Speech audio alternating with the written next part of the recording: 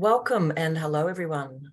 We're really delighted that you can join us today for our exciting first webinar in the Caring for the Oceans series.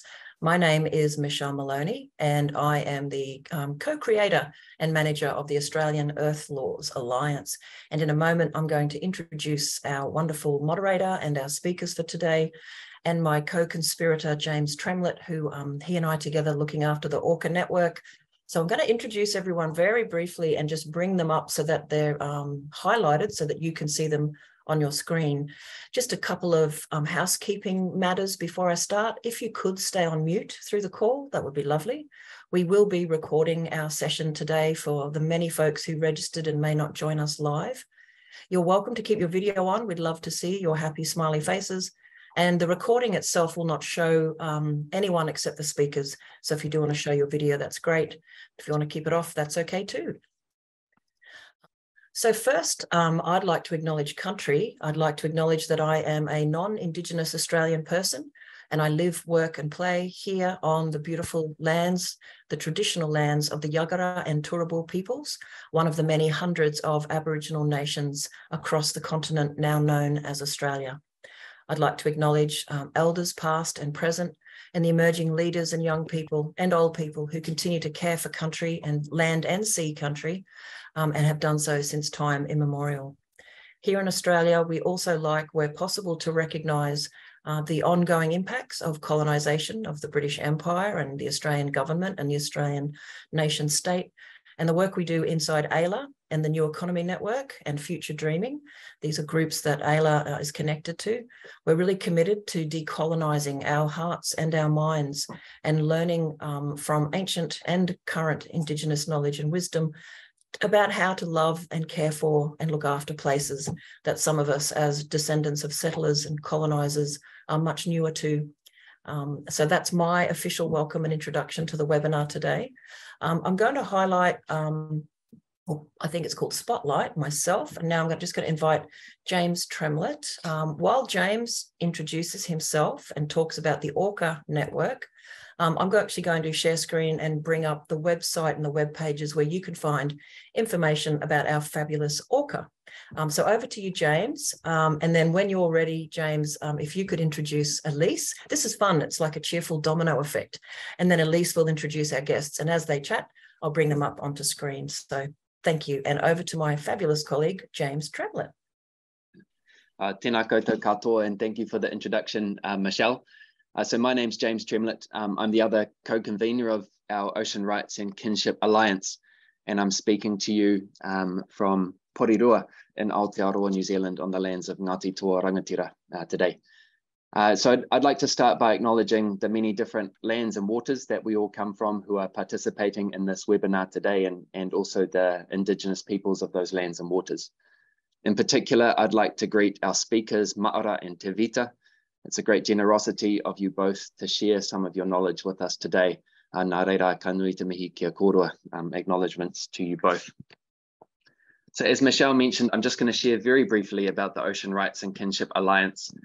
ORKA began in late 2018 with a workshop convened by our late friend and colleague Sue Tae. The purpose of this workshop was to draw on emerging legal thought around the rights of nature and legal personhood, and to think about how these could be applied to the ocean, both within and even across our national jurisdictions. And Sue, like many of us, Sue preferred the language of kinship to articulate this. I have a quote from Sue here. Among the people of Oceania, ocean kinship embodies the mana of the relationship between people and the ocean, and creates obligation and rights between these related entities. By developing this thinking into a legal grounding, ocean kinship rights can bring traditional Indigenous thinking together with legal rights of nature concepts at a scale befitting our ocean. End quote. And so several years later, ORKA is a network that meets about every 6 to 8 weeks. And its purpose is to connect people who work with ocean rights and kinship as a conceptual framework, to share these ideas with each other and to collaborate on practical initiatives. We're made up of people from around the Pacific and the Pacific Rim. And to normalize the idea of ocean kinship, or sometimes we call this oceanhood, as a basis for decision-making, especially especially in this thing that we sometimes call marine conservation. And lastly, and probably most importantly, to learn from people who know and understand this through their own traditional practices.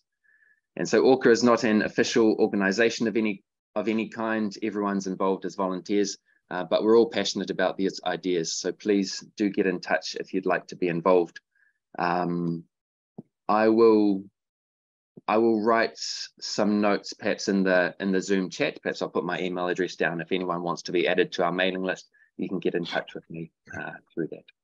Yes, thank you, James. And while James was chatting, I shared the beautiful beginnings of our website, which is being auspiced by Ayla, and the lovely ORKA logo. Yeah, huge thank you to James Lee for designing that almost a temporary logo for us. But yes, if you want to be added to the list, we will be setting up an online register, but for now, do email James or the email address I popped in there, ayla@earthlaws.org.au.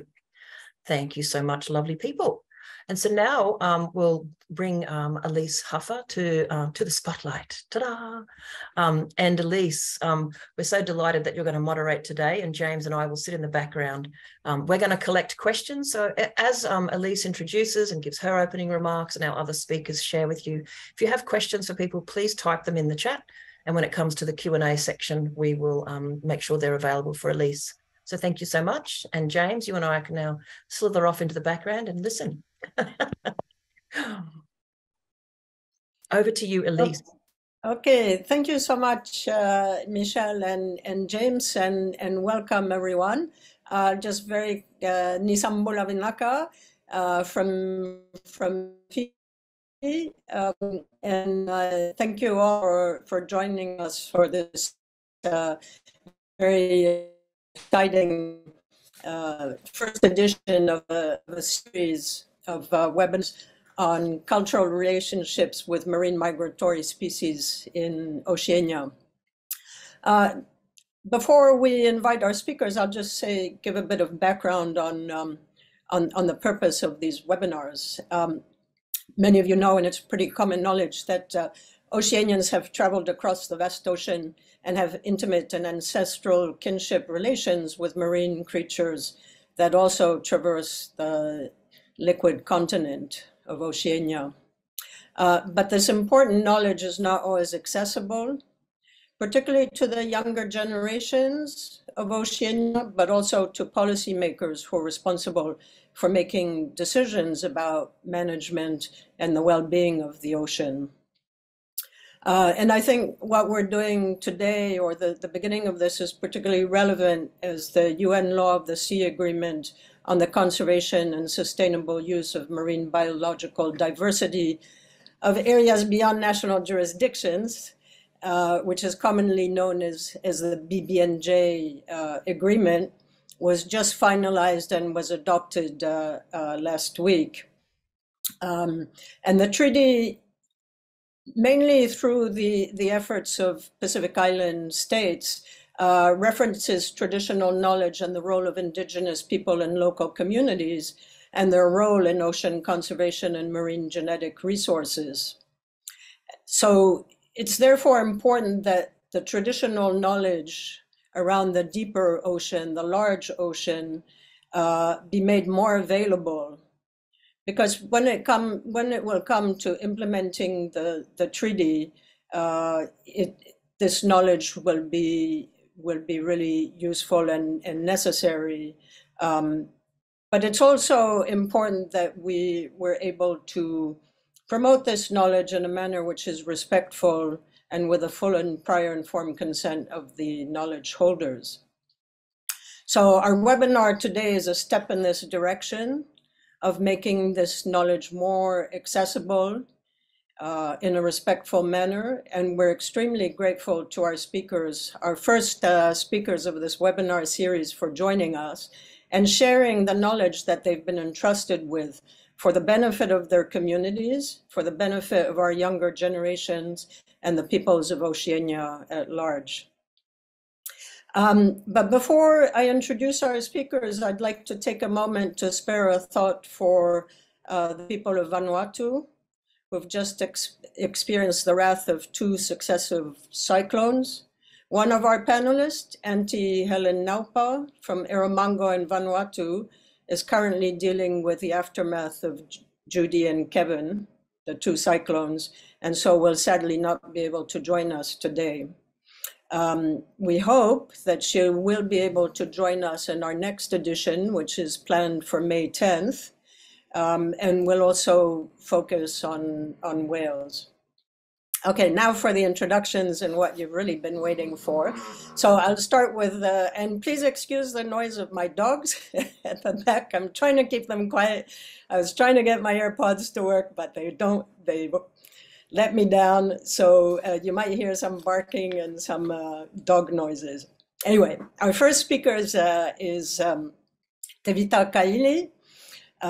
So he hails from various ancestral places in Tonga, Fiji, Rotuma, and Samoa.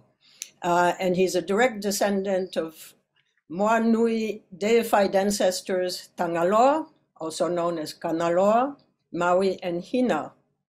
He's the author of the book, and that slipped out. Sorry, Tevita, you'll have to remind us what the title of the book is. And he's currently a professor of anthropology and cultural sustainability at Brigham Young University in Hawaii. And Tevita received his PhD in sociocultural anthropology from the University of Washington in Seattle, Washington in 2008. He's a leading proponent of the indigenous Tava time-space philosophy of reality, or Tavaism, an indigenous philosophy that was formulated by Hufanga Heako Moe Lotu, Professor Dr. Okositino Mahina, and his students. Incidentally, I met Professor Okositino many years ago in New Caledonia, and so it's really nice to see all this work that began at that time continue through Tevita. So Tevita specializes in cultural arrangements of time, space, Tongan ecological relationality, indigenous anthropology, transnationalism, Moana Oceanian deep history, and indigenous Tongan deities. Tevita and his wife, Elizabeth Rango, who is Maori, Napuhi, Ngati Hine from Aotearoa, live on Ahupua of Kahuku in Oahu, Hawaii. So Tevita is going to discuss Tongan narratives about Tofua'a, whales, as deities and relatives. I'm not going to say more about that because he had quite a long description, and I'd rather just turn it over to you, Tevita. And again, thank you so much for joining us today and sharing your knowledge. Naka. Okay, thank you, Elise, Michelle, and wonderful to be here with all of you. I will begin with a traditional Tongan whakatapu, an acknowledgement of the sacredness of the places that we are at. Ko tomo tuku ha whakatapu ki he tangata I whanua o Waihi, pea pehe ki he tangata I whanua o Sunkani. Whakatapu atu ki he ina tolu ko toa pe ku totonu ke whakatapua, kai ata, pea ngofua, ai whangani ke whakahoko ai kawengarea o e ahoni. I begin by acknowledging the sacredness of the places that we are at, especially Hawaii, where I am currently teaching at. Right now, I am traveling, and I am in Sunkani, which is Salt Lake City in Utah, and I'm zooming from there.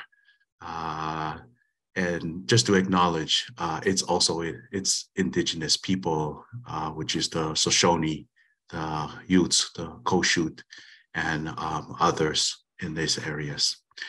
My presentation, I hope everyone can see on the screen. Tofua'a, whales are deities and relatives in indigenous Tongan culture. I want to begin with talking about my genealogy and positionality. I'm an indigenous Tongan living in a diaspora in Hawaii. I am also a descendant of deified ancestors Hikuleo, Tangaloa, Maui, and Hina. Many of you who are from Moana Nui may be familiar with these common ancestors. And I also want to acknowledge that I am my family is connected to Alai Pulotu, which is a whale deity ancestor within the Tongan tradition. These are important just to position myself and where I'm at in relation to the topic, but also to my ancestors who I will be talking about today. I will also be grounding my work on the indigenous-based Tava time-space philosophy of reality, which basically the two concepts of Da and Va. Da comes from the concept of time, which is temporal marking of space. Many of you who may be familiar with other Moana Nui language refer to Da as sort of a marking of time, the beating, the drumming. In fact, in the process of tattooing, it's called Da Ta Tao. And in this process, you also are doing this in space or Va, which can be space relations or relationship in space, but also spatial constituting of time. The idea is that all things is Ta and Va, the common vaka or vessels of reality. But this Ta and Va, time and space, are historically and social culturally are arranged in diverse way. In Moana Nui culture, the past is placed in front in the mua as guide to the present, the loto, and the future, amui. So the topic today, I will be talking about ancestors who are now, we're placing them in front to guide us today in the present, but also the future.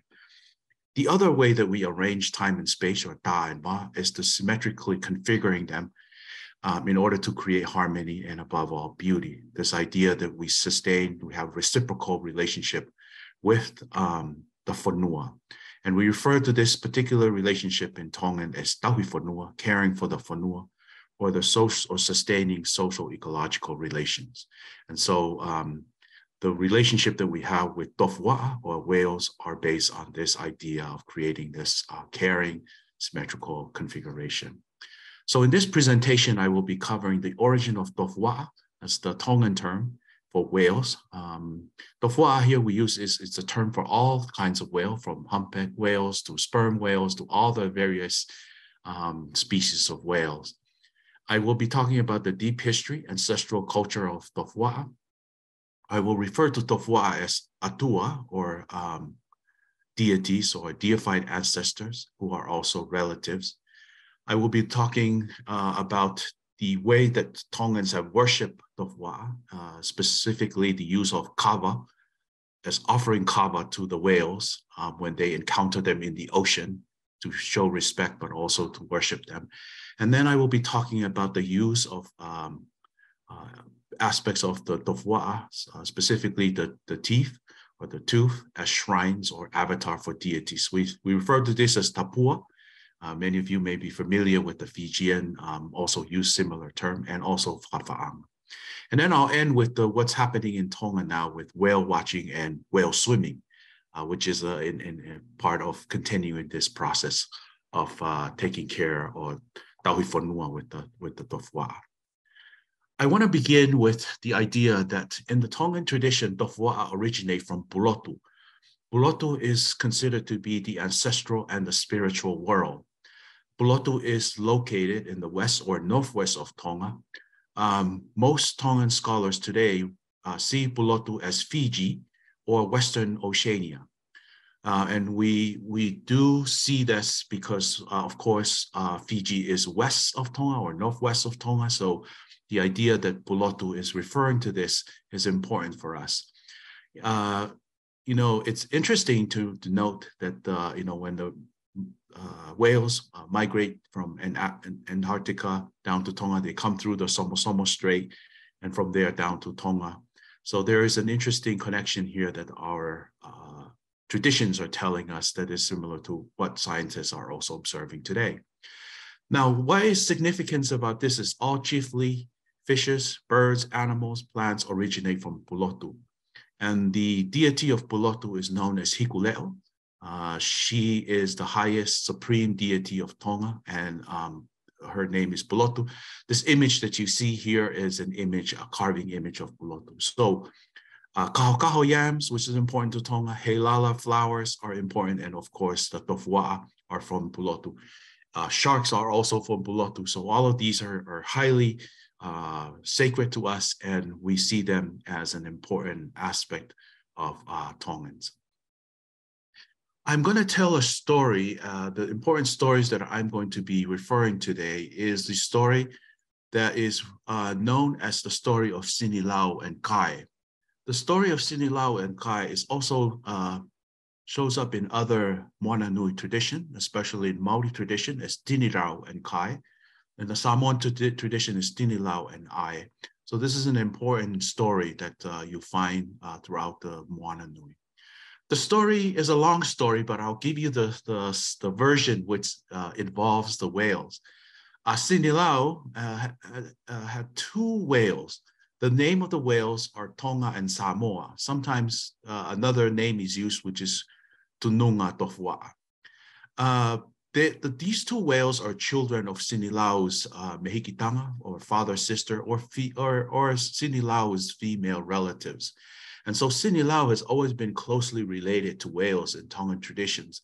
I know that in other traditions, Sinilau is seen as a deity that is related to the ocean, or sort of a deity of fishes.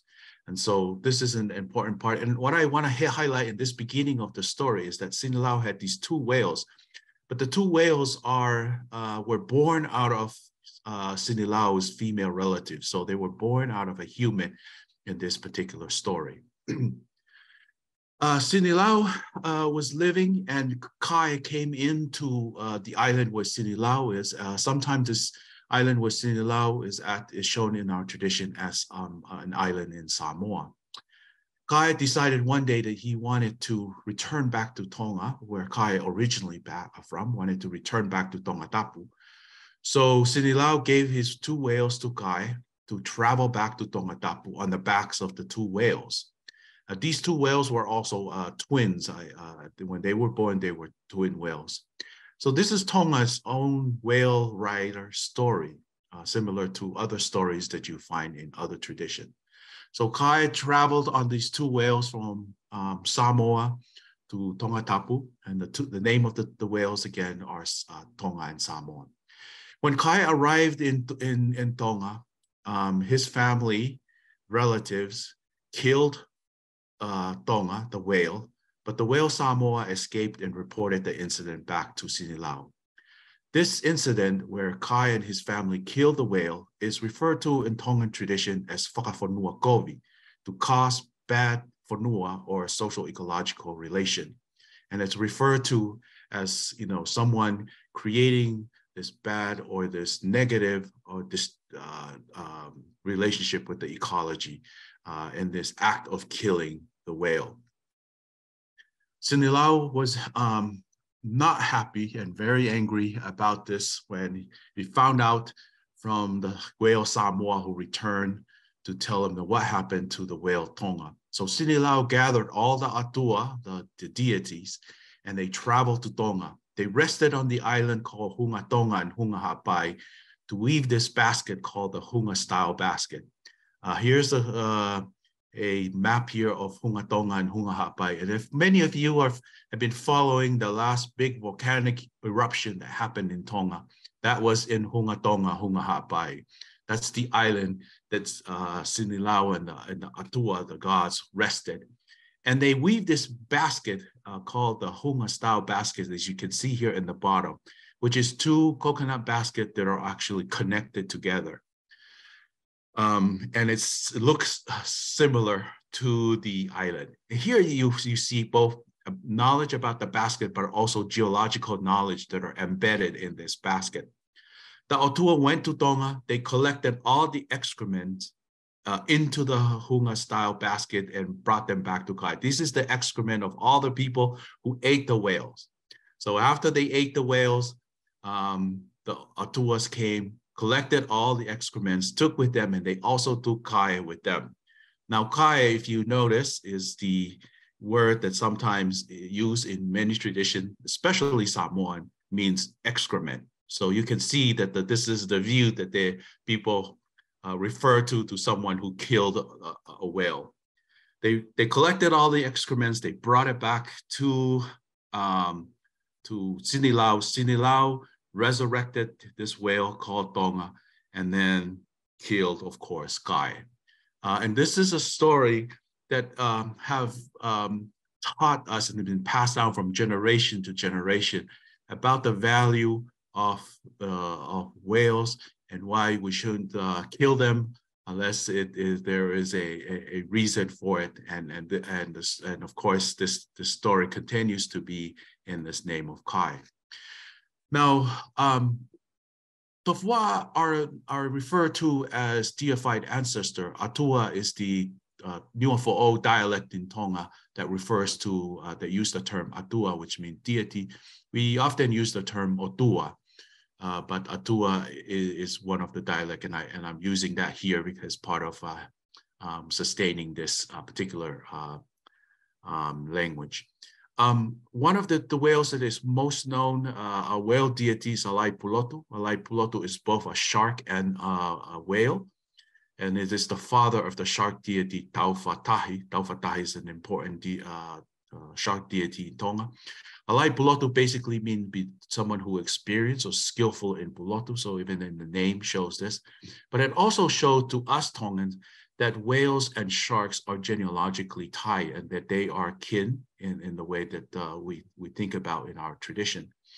Taufa, the name of the shark deity, is part of the names that you see in many of our Tongan paramount chiefs, including many of our kings who still use the term Taufa, as in Taufa Ahau the first, Taufa Ahau the fourth, and so forth. Many of our kings use this term of Taufa, which comes from the shark deity, which is a offspring of Alai Pulotu, a whale shark deity.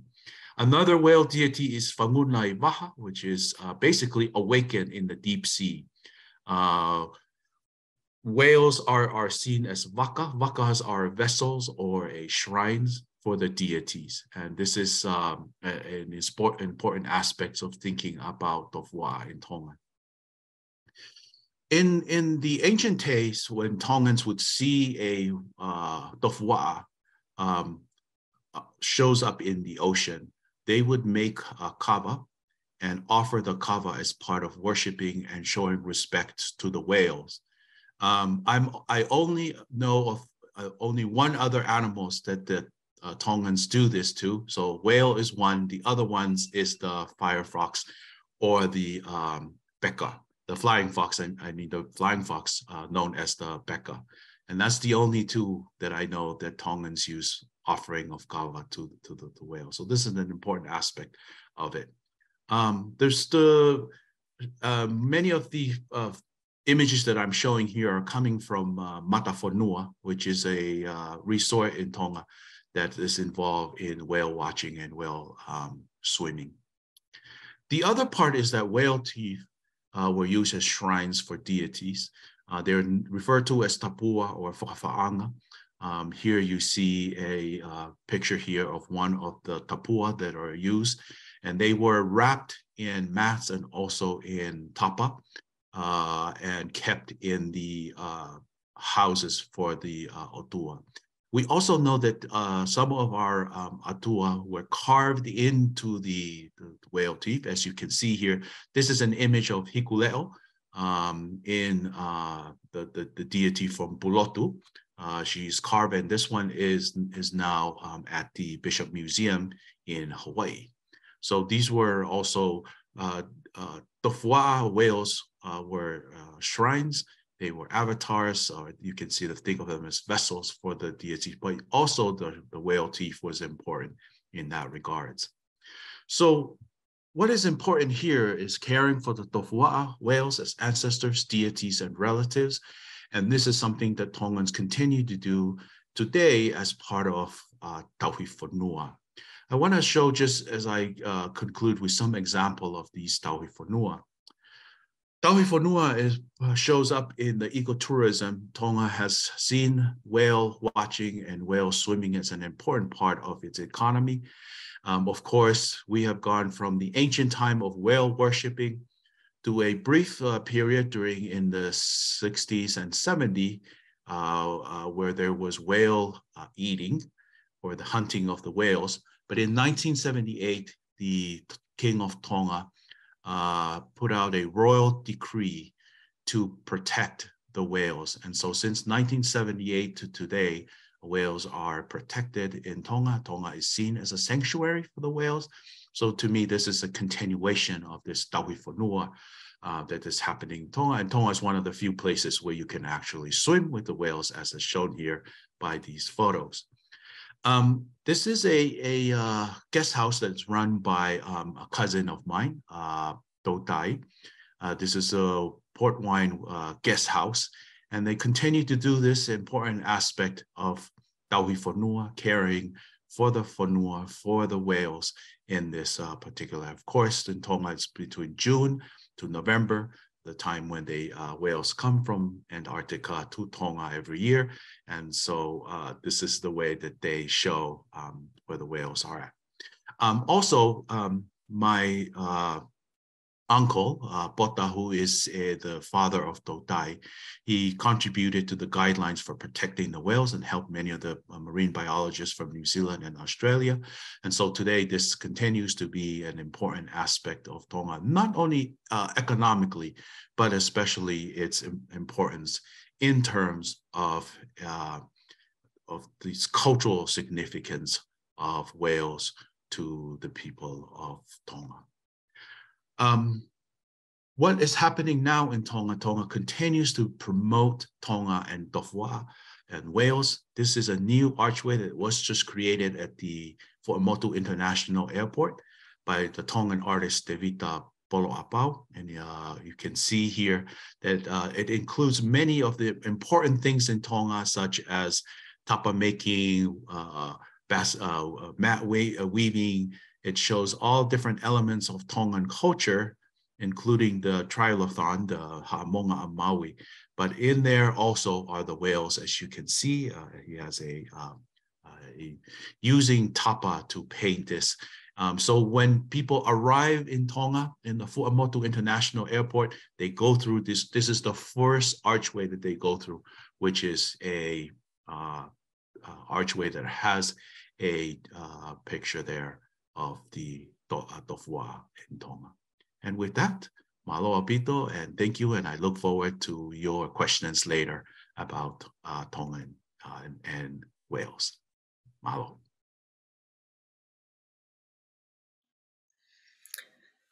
Malo Apito, Devita, that was a wonderful intervention. I'm just wondering if anyone would like to ask some questions now, or if anyone has any comments that they would like to make. We have a bit more time because of Auntie Helen's not being able to be here.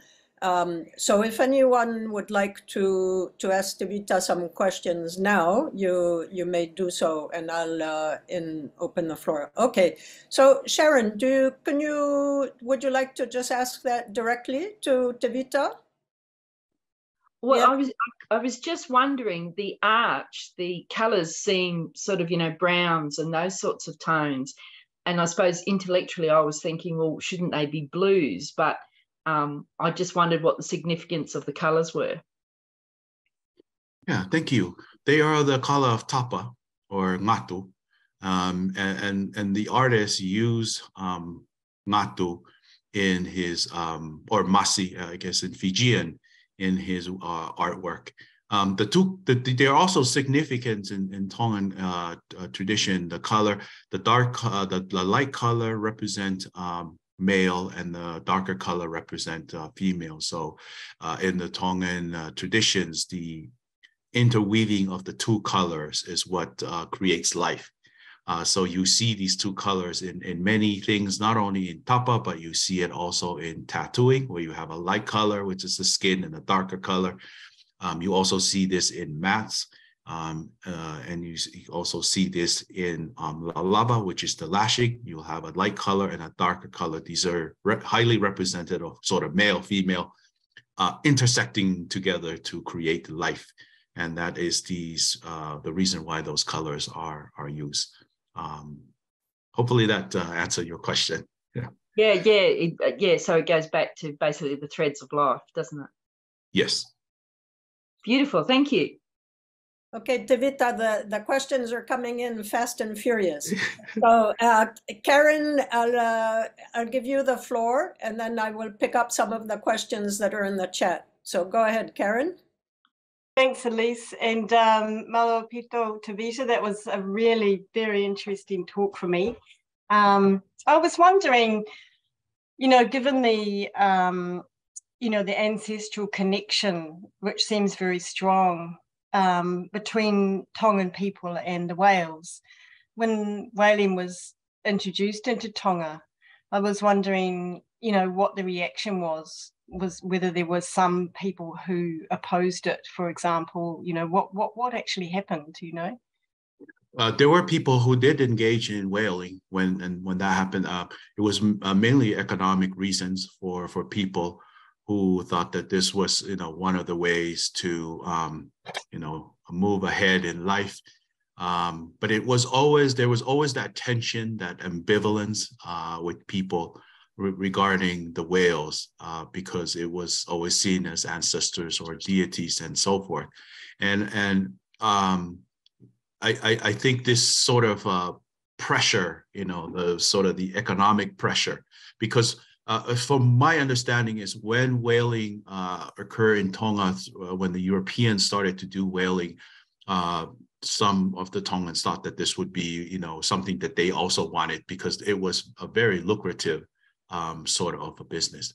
There are still Tongans today who do see this, that they are advocating for perhaps allowing them to go back to whaling. So I will not say that everyone in Tonga is uniformly see whales as something to be respected, but I would say that the majority of the Tongans highly respect whales and do not want to kill more whales for any reason. So just like any real situation, there's always complexity in the way that people interact with whales. Thanks, Tevita. So we'll take just a couple more questions just so that we are sure that we hear from Mara and give him plenty of time, because I know he's got some really, really interesting knowledge to share with us today. But one question that a couple of people have asked is, does Tonga have traditions specific to caring for whales when they strand? Yeah, thank you.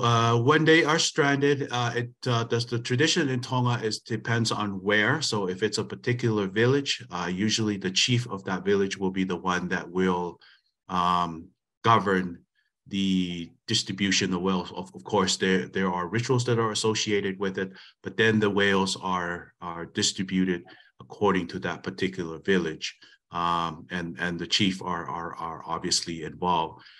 They can invite other people from other villages to participate, but it basically comes down to the specific village and the chief of that village that will do the disposing or the dividing up of the meat, and of course the use of both the bones and if it's a sperm whale or so forth, the teeth and so forth. So that's the tradition that are used in Tonga regarding that.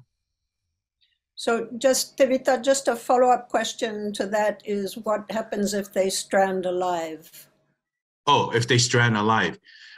If they are strand alive, I've seen many who have tried to save them. There's lots of those, you can see lots of those pictures.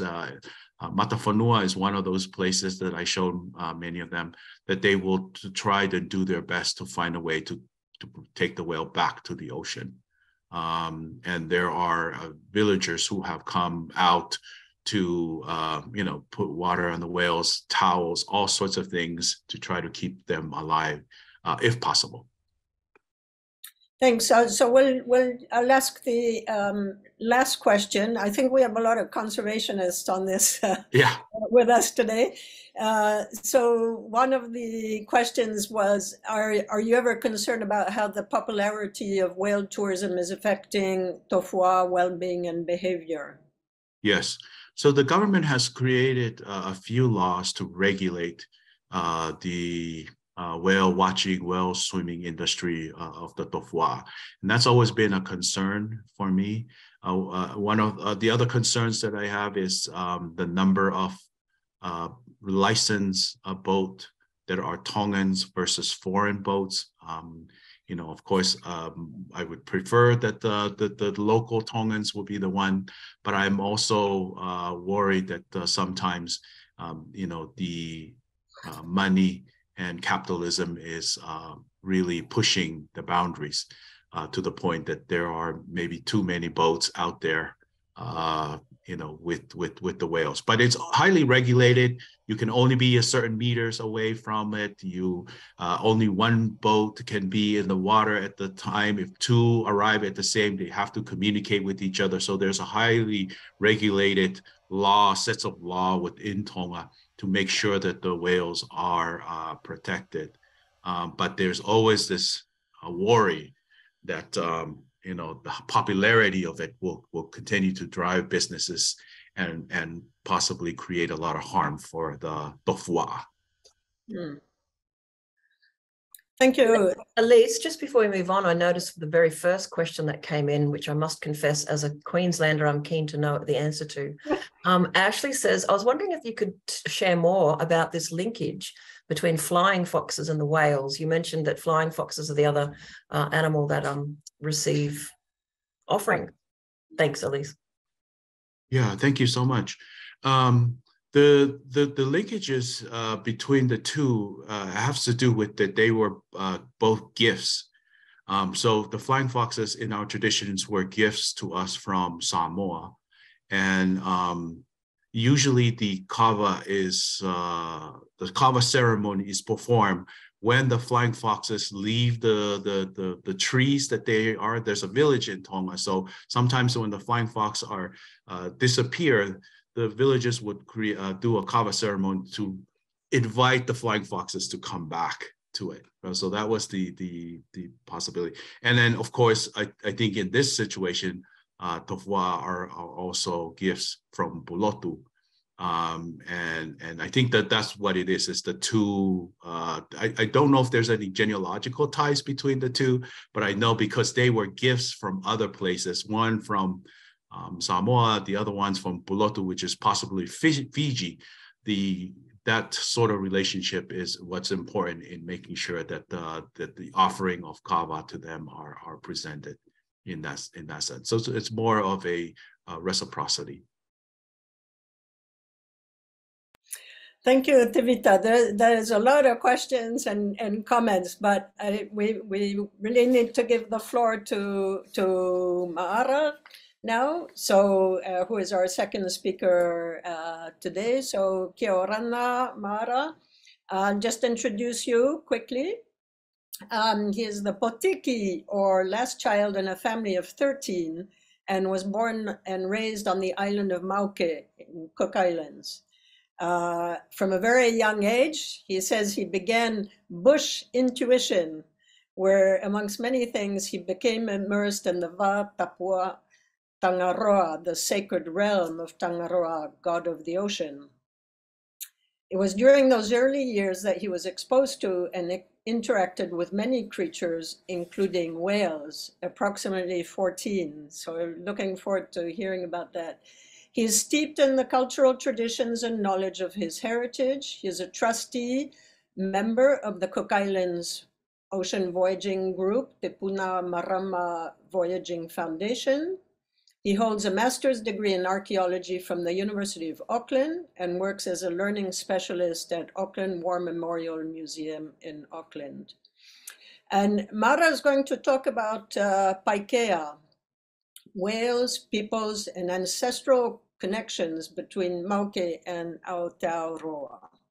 So please go ahead, Mara. And I'm so grateful to have you. We had a quick discussion yesterday, and Mara shared that how he spent time with the elders to be able to bring us this knowledge today. And so we're immensely grateful. Over to you, Mara. Thank you. Metaki mata. Kia orana. Thank you very much, Elise, for that introduction. Malo Opito Tevita, thank you very much for that very, very informing presentation that you gave. All, no doubt, everyone will be going home with so much things to think and hopefully be inspired by that.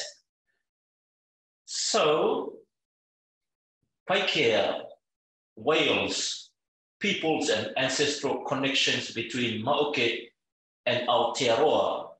So Aotearoa there is the last word.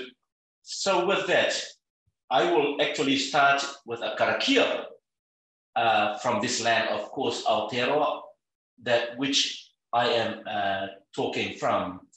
So the karakia goes, Unuhia, Unuhia. Draw on.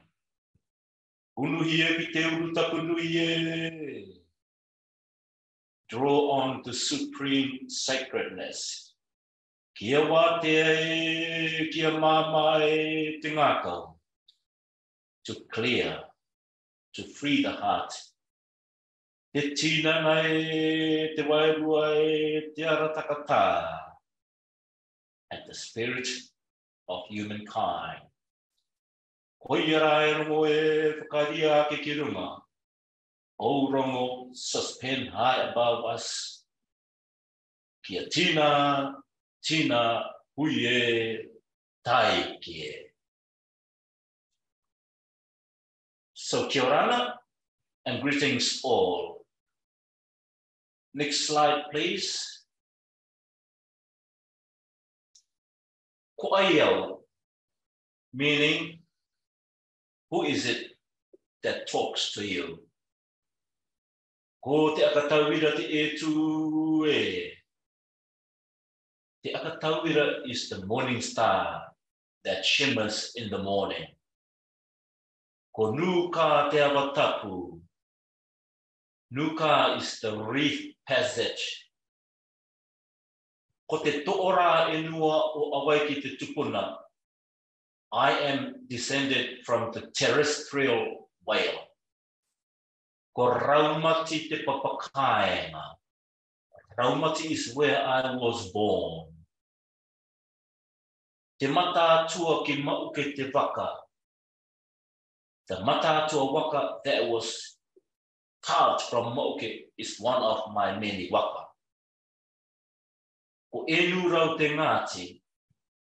Ngāti Nurau is one of my tribal affiliations. Ko Pai Pai A te marae. Pai Pai A is one of my sacred courtyards. Ko Mauke te Enua. Mauke is the island that I was born. Ko Matapo e te ariki tōku ngā metua. Matapo and te ariki are my parents. Ko Maara tōku ingo. My name is Maara. Next slide, please. So I was born on the island of Mauke, where it has a rich history, but also regarding whales. Next slide, please. So where is Mauke? Northeast of Auckland, far east of Sydney, southwest of Los Angeles, you will find the Cook Islands there. In the Cook Islands, there are 15 islands. From Rarotonga to the far northmost island is much more far from Rarotonga to Auckland. So in other words, the distance between islands in the south and the northern group is so vast, such that it has a large area to allow the creatures of the ocean to roam free. Mauke, as you have there with the red arrow, that is where I was born. Mauke is the easternmost island in the Cooks. meaning it is the first island to be blessed by the glory of Ra, meaning the sun. In our oral traditions, since Maoke stand in the east, we are called the Kaitiakiotera, guardian of the sun.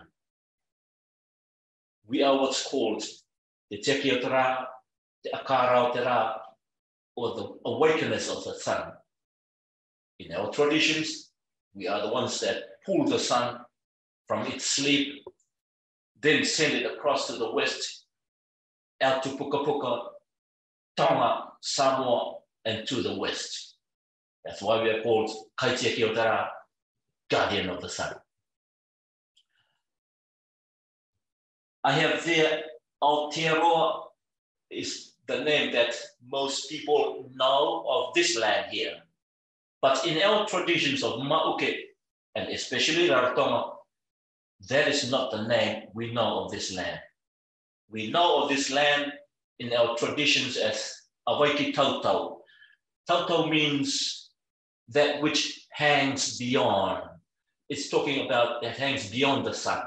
So Awaiki Tautau therefore means the esoteric land that hangs beyond the sunset. That is what this land is to us. Next slide, please. Maoke is what you see there on the screen. So that's where I was born. Maoke is from west to east, 4 kilometers. From north to south, it is 6.4 kilometers. It is about 20 square kilometers.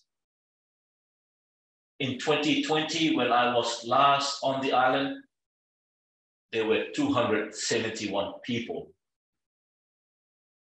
The island is about 6 million years young. You might look at the island as being small. What that means is it has allowed a larger space of the ocean to be taken over by the free-ranging creatures of the ocean. That's why Maoke is that size. Over there, if we look at the extreme south of the island, you will see the name Ana o Kai. Tevita was talking about Kai. That is what that is. Hana o Kai means the Bay of Kai. It's very similar story that Tevita was talking about in Cook Islands, in Maoke. Tinirau had that pet whale, To'ora, and it was Kai that actually put an end to that whale. So that area there, Ana o Kai, or the Bay of Kai, as in that oral tradition, is well known to be visited. What I mean by that is to be where whales beach. That's one of the main areas that's known for beaching of whales. Next slide, please. So there we go. That is the island of Maoke.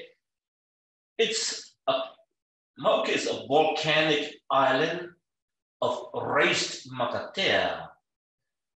It's very green in its natural state, and it has the airport there. As you can see, if to us as humans, it's got the beautiful ocean, why would it not be to the creatures of the ocean then? Next slide, please.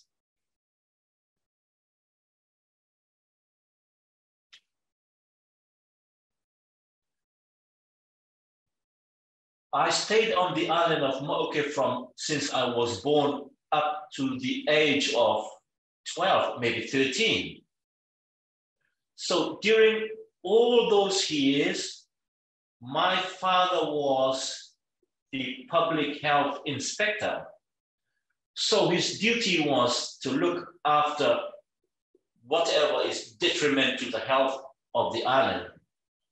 Amongst them, it was then his duty to look after whales, even to, once whales are found to be well decayed or well dead, then it was his duty to clear that or to get rid of it. And that's how I came to be part of that. So during my first 12 years of living on the island, I remember clearly about 14 whales that I had helped my father clear and get rid of. So if we were to average 12 years of my life, 14 whales, that's 1 and a little quarter whale every year that I would have touched, cleansed, or interacted with. So of course, what you see on the with the photos there is not the ones from Maoke. These photos that you see there are part of the archaeological work that I have done through other parts of the Cook Islands. So for all the whales that has come during my time on the island of Maoke, there were 14 that I have actually touched. Next slide, please. So the topic of my talk related around paikea. So there are 3 descriptions of paikea that I am going to clarify. Firstly, paikea is the Maoke word for the humpback whale. It is recognized as the humpback whale. So that's the word. You can see there some pictures that I've just drawn from the word showing a humpback whale there, and it's carved. And of course, that artistic work you see there, that's the whale. And all around the outside, you also see the crabs. Paikea is also the name of a certain crab, but I'll come to that. Next slide, please. Next slide. So there we go. Again, a photo that was taken from the internet. Next slide, please. Now, Maoke has strong oral narratives regarding the whale, plus also the botany of the island. One oral narrative talks about at a time before time when whales were not in the marine world. Whales were actually living on the land. There's one oral tradition regarding the ngatai tree, which is the coral tree, and you have the science name there. Next slide, please. Here is a papa'anga, or a genealogy of the trees as well as the terrestrial whale.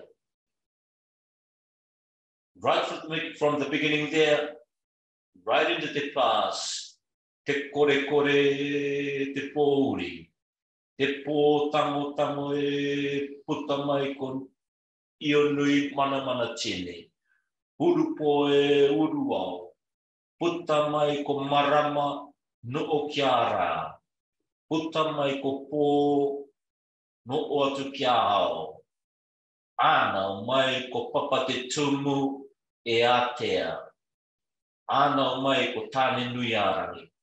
So tāne nui arangi was one of the pantheon of deities. In other words, the guardian of the forests. From Tani Nuyarangi, many children were born. One of those children were Tamanu, meaning the Calophyllum inophylla, or the mahogany tree. One of those children was Thor, or the ironwood tree, Casuarina equisitifolia. The miro, or the rosewood tree, the nu, the coconut tree, and of course in yellow there, the ngatai, the coral tree, and of course the to'ora inu, the terrestrial whale. So it's the ngatai tree and the to'ora, the whale there, descended all from the gods. Next slide, please. Here you go. You see there the blooming coral tree. The flowers there.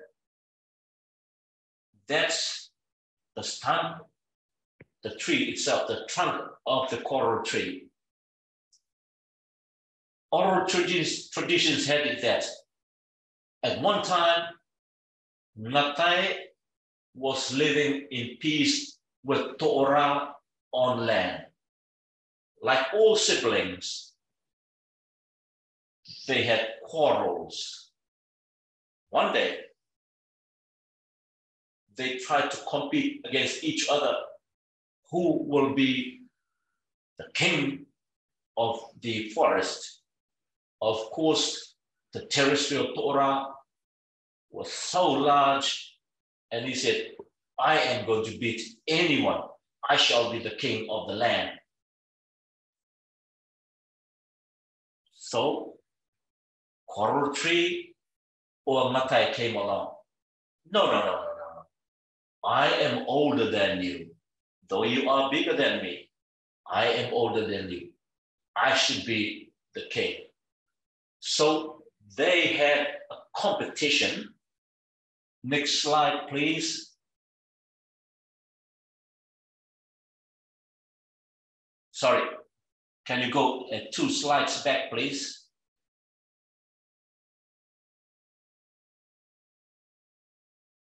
One back. Yes, here you go. So they had a competition. So they wrestled. The wrestling became a battle. So what happened was that as the To'ora was much more stronger than the Ngatai, Ngatai was getting weak, but he had a plan. He retreated from the center of the island. He retreated closer to the coast. He had an idea. Upon being struck by the To'ora, the whale, what he did was he stepped back as the To'ora struck at the Ngatai. He evaded at the same time and pushed the To'ora out into the ocean.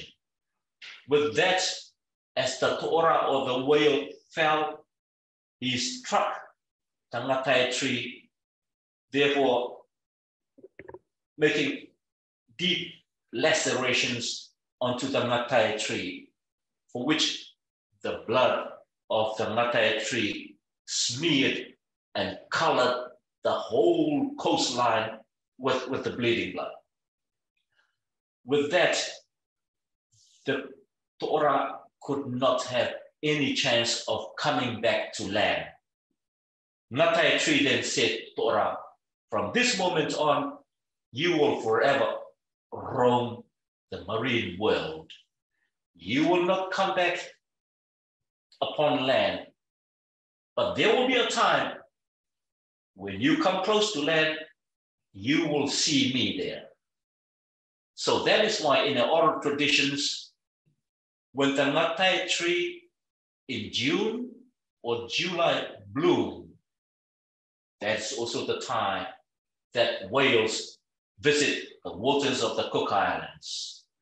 And often, whale will look on land and see the land painted in red, and that were the blood of Ngatai. So with that, it is often that whale would endeavor to go onto the land. The main reason was that to make peace or to get that ancestral connections going with the trees. It's not, as some scientists say, that the sonar or radar has malfunctioned. In our oral traditions, the whale is actually coming back to reconnect, to recontinue that ancestral links with the creatures of the forest. Next slide, please. Next one. Next one. And that is why, if you look at the skin of the humpback whale, if you look at the coral tree there, the bark and the texture is almost the same. Because at one time in the past, they were but on dry land. Next slide, please. Secondly, the paikea, other than the humpback whale, is actually the soft-shelled shore crab. The word paikea exists in the Cook Islands, as well as all the way back to West Polynesia. In Tuvalu, that crab is the same, with the same name, paikea. Kiribati, it's the same name. Even in Hawaii, as I understand, the first Kamehameha, one of its name was actually paikea. The paikea crab and the whale have something in common. The paikea crab, once under stress, if people come close to it, it will blow a stream of water to warn you that there is danger, just like how the whale blows the water out as it comes up. Next screen, please.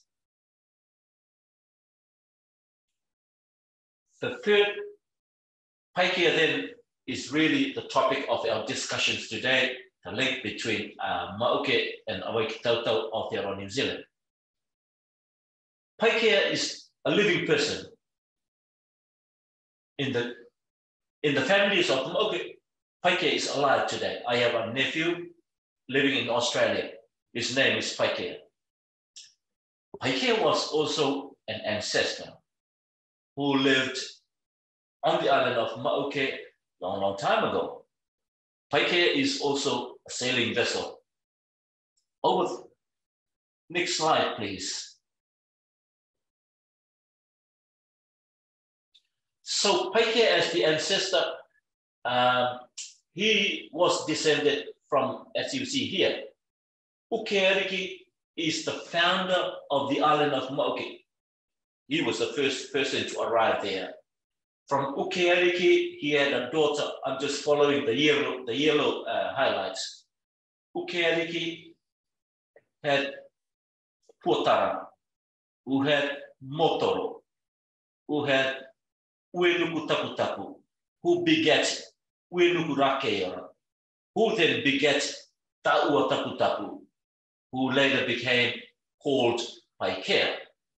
So how the name Paikea came about, when Taua Taputapu visited the island of Maoke at one stage in his life, he was chased by the warriors of the island because he was so speedy running on the reefs such that he could not be caught. The warriors of Maoke compared Taua Taputapu to the fleet-footed paikea or crab that runs along the reef ridges in Maoke.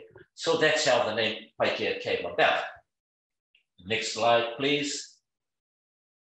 So story had it that one day, Paikea went out fishing at Hanaiti, as you see on the map there. Lo and behold, his wife, Tekea, waited for him on the reef ridges. Paikea went to fish for mackerels, but it was also a time for him to visit the whales.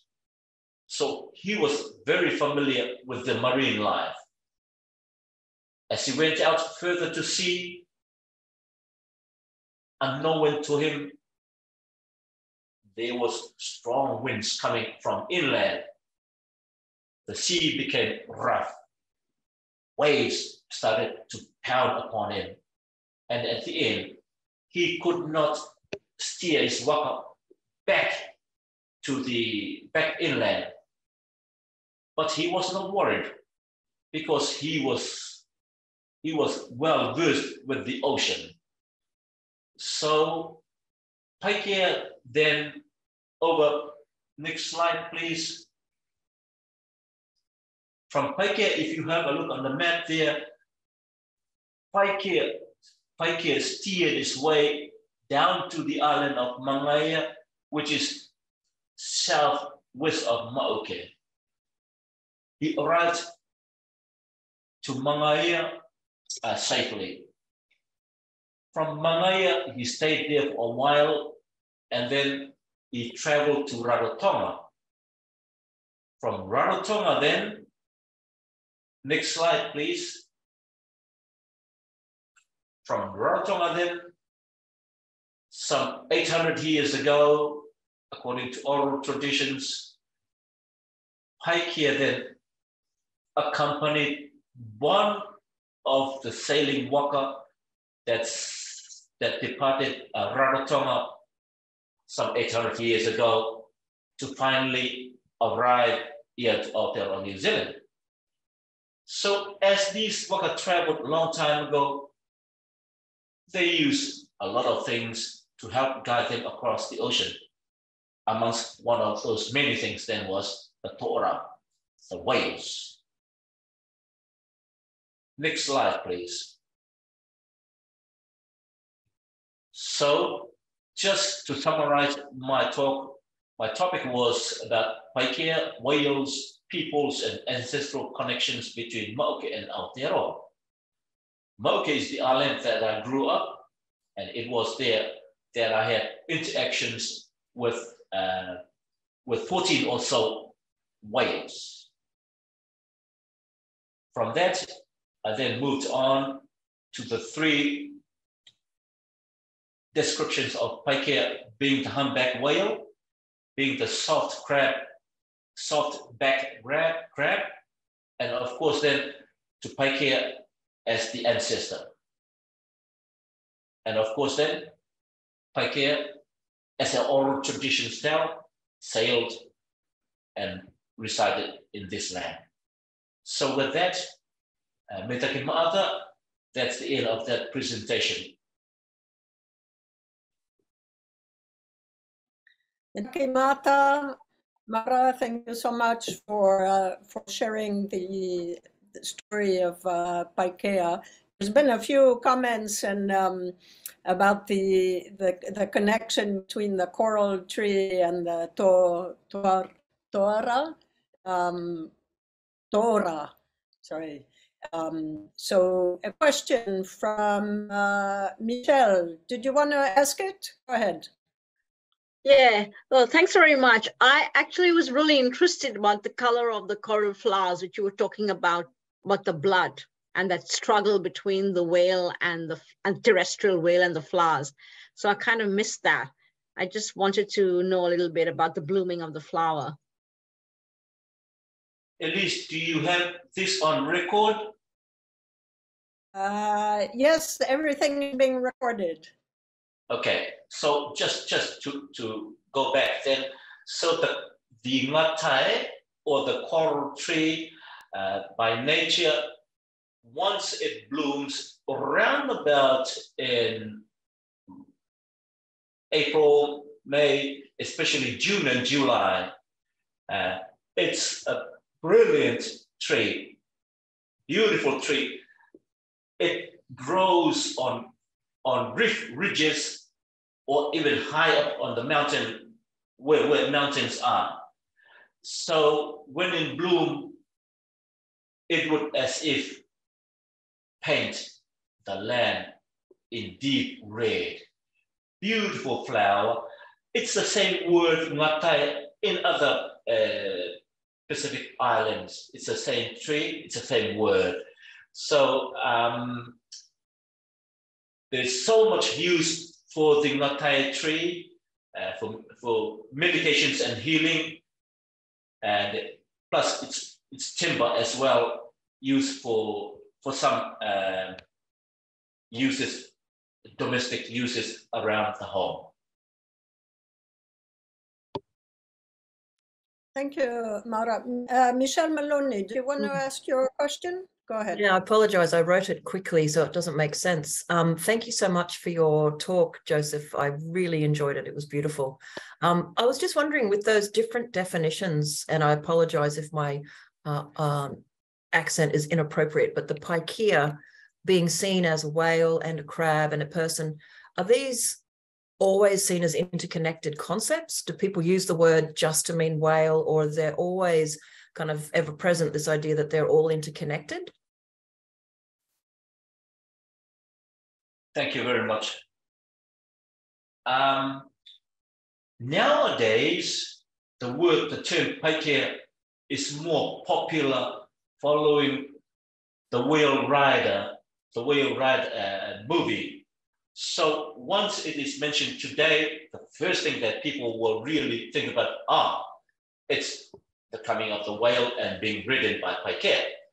But to us in Maoke, once that word is mentioned, it's always about that ancestor Paikea. Once you are going out into the sea, then the Paikea, the crab, is well remembered in that the Paikea crab, as I said, it has close ties to the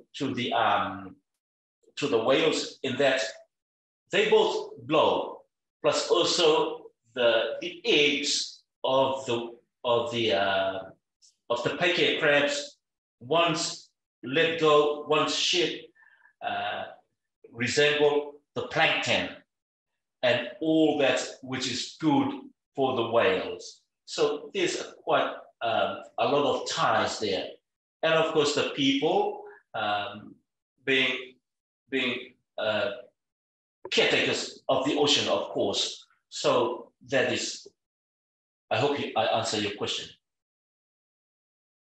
Yes, thank you. If there's any more questions, please, you can just raise your hand if you'd like to ask something directly. In the meantime, I just wanted to ask you, Mara, about the beaching. So what, about the same questions that were asked to Tevita, what happens, what do people, if the whale arrives, is still alive, is there a process or a procedure that people use? Or how do they interact with the whale when they beach? Thank you very much. The geology of Maoke is such that Maoke have very limited sandy beaches whereby whales can actually go upon. The reefs around Maoke is so rocky. If and when a stranding takes place, those rocks will damage the whales. It's not like how you see in Aotearoa, New Zealand, maybe in Australia, where you have nice, beautiful coves that they can go onto sand. Maoke is not like that. Once they are beyond the breakers, there is no return. I haven't heard of any situation where whales have been found still breathing in such a way that if it would have been to push it back into the sea. No. Once it comes beyond the breakers, it's basically lacerated. It's basically all cut up and basically dead by the time it lands on the reef. And of course, there had been situations where it has been noted that whales were still fresh, but they were dead. So again, like what Tevita was saying, the tribe that owns that piece of the land or the reef, they take care, they decide what to do and how to apportion the animal. Remembering in our oral traditions, when the whale beached, it is seen as a gift from the Atua, a gift from the gods, not to be wasted. So that's what it is. Thanks, Mara. Okay, we have Rama Tairea confirming your descriptions. Tala, did you want to just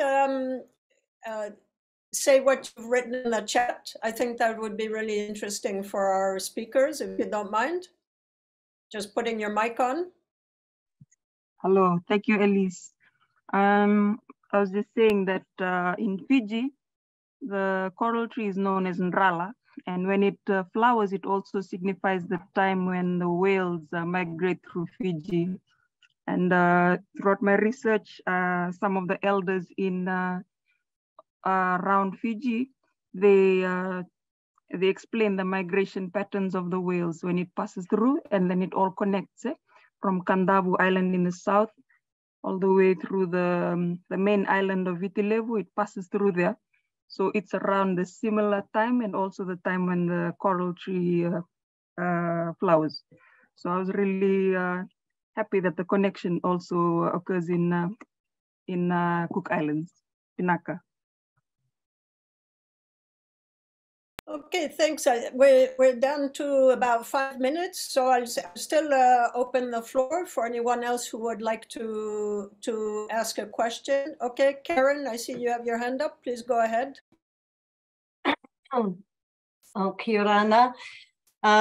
Yeah, I was really interested, you know, in the length of time that you grew up on the island and the different species it looked like in your picture. You mentioned that there were maybe 14 whales that came up on the island during your time there, and you helped your father to remove them from the island. And you had a picture in your slide with a number of different species, and I was wondering if that was to indicate the diversity of different whale species that actually stranded on the island, or if that was just a picture of different whales. Thank you very much.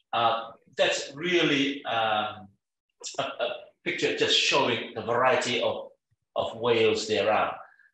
But basically for the Cook Islands, it's mainly the humpback whale. And of course,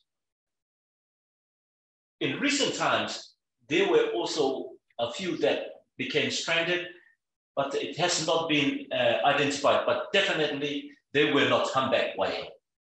So that was really a picture just to show the range of whales in that slide. Thank you. Okay, thank you. Any other questions? If not, I will just pose one to both Mara and Tevita. It's a bit, I'm not really sure how to formulate this.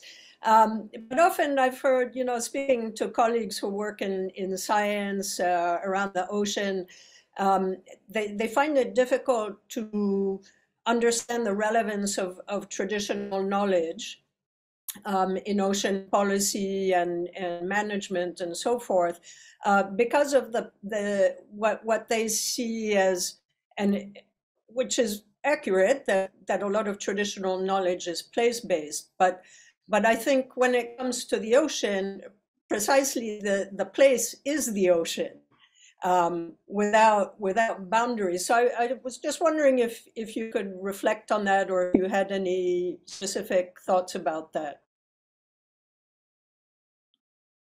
Yeah, thank you, Lisa. I'll just say that you know, one of the element is that many of our knowledge and traditional knowledge is also our scientific knowledge. Most of them are in poetry and stories and so forth. So they are expressed in poetic forms. But when it comes to knowledge specific to the ocean, to the moana, I think one element is the respect to the whales or other marine life, where you treat them with respect and with veneration. I think that's a really good beginning of just to show that these are ancestors and these are highly valued members of the community. And I think when you relate to them as relatives, being good relations to them, that is an element that really helps with the action of the policy. Because if you do not see them as important relatives or even just something valued, then of course you will run into multiple problems. Thanks. Mara, did you want to add anything? Yeah, Malo Alpito, David. Yes, absolutely. There is a Cook Island saying which goes, meaning I am the whale is I. I am the ocean is I. So in our oral traditions and knowledge, we see the whole paradigm of life in its entirety, not broken up in sections of science and so on and so forth. We see them holistically, the spiritual world of our being, the marine world of our being, the intellectual world of our well-being. So these things all come together in making us the people of the moana. So may it be, there is science, whatever you might call it, in our world and understanding. For we did not come from 6,000 years ago somewhere in Southeast Asia to successfully survive today without those science or knowledge. If we had not survived to this day, then we would have already been gone. But 6,000 years ago, the movement of people of Southeast Asia, 1,500, 800, they were in Tonga, Samoa, out to the Cook Islands. They were utilizing all those natural wisdom and all that holistic being to make us the tangata o te moana, meaning the people of the ocean today. Thank you. Well, I think our time is up. So we just want to thank you so much for sharing your knowledge and your stories. And I think this is really an important beginning to rethinking or thinking in different ways about ocean management and conservation and what happens on the ocean, and really having much more influence and action by people with traditional knowledge. And I think that's really important, and I hope this is a first step to that. So I think I'll just hand over to Michelle to conclude and maybe talk about the next webinar. Yes, thank you. Thank you. And firstly, thank you to our speakers and to Elise for creating the whole webinar series. I have had an amazing time listening to your talks. It's been really delightful, just exciting. I've learned a lot. Thank you. And just a quick plug for everybody else. We're going to be continuing these remarkable conversations over the coming year or two, or hopefully longer. Our next webinar is scheduled for the 10th of May. And I've just put a little note in the chat there. Please keep an eye on our website, but also send us an email if you'd like to be on the mailing list for ORKA. If you're already on the mailing list for AILA, you'll be receiving all the updates anyway, and you're welcome to join the various email lists that we're involved in. But if in doubt, email aila@earthlaws.org.au or James Tremlett, who I think has popped his note in there too. Just want to thank you all again for your time today, and I'm sure we will all be speaking and meeting again. In the meantime, I have no beautiful language other than English to say farewell in, but I just want to say thank you, and it makes me want to go stroll along the edge of the water. I live quite close, say hello to all the ancestors. So thank you very much, and we'll see you again soon. And the recording will be up on the website in the next few days if you want to watch it again. So thank you again. Nakawakalevu Modemanda. Malo Bito, Devita, thank you very much. Thank you, Elise.